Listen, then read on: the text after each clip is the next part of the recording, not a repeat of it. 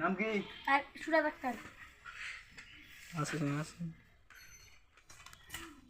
নাম কি? বুকলেশ্বর রহমান।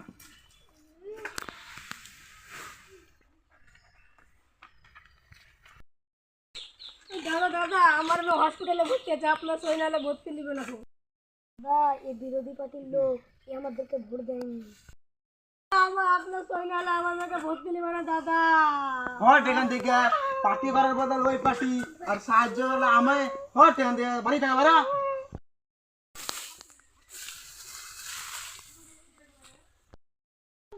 আরে মুগলে ধানটা মতো পেকে গেল। আমার 2 বিঘার মতন কাটা আছে, 1 বিঘার কাটতে বাকি আছে।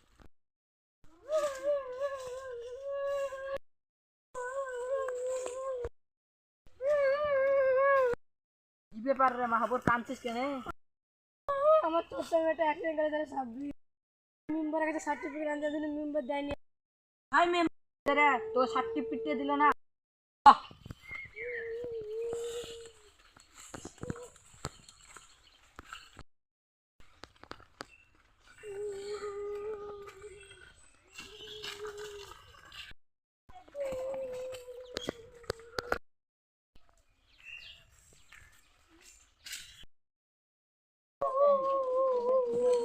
আচ্ছা মেম্বার সাহেব, আপনি কিসের জন্য মাহবুবকে সার্টিফিকেট দেননি?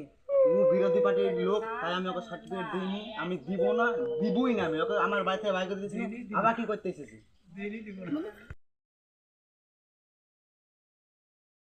না না দাদা, এই পাড়ার লোক তো গোটাই আমারই।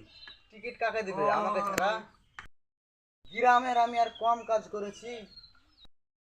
কোনো জায়গায় আর এসব ভোটের ব্যাপারে কোনো টিকিট মিকিট যাবে না, সব টিকিট আমার কাছেই আসবে। আপনি কোনো চিন্তা করেন না।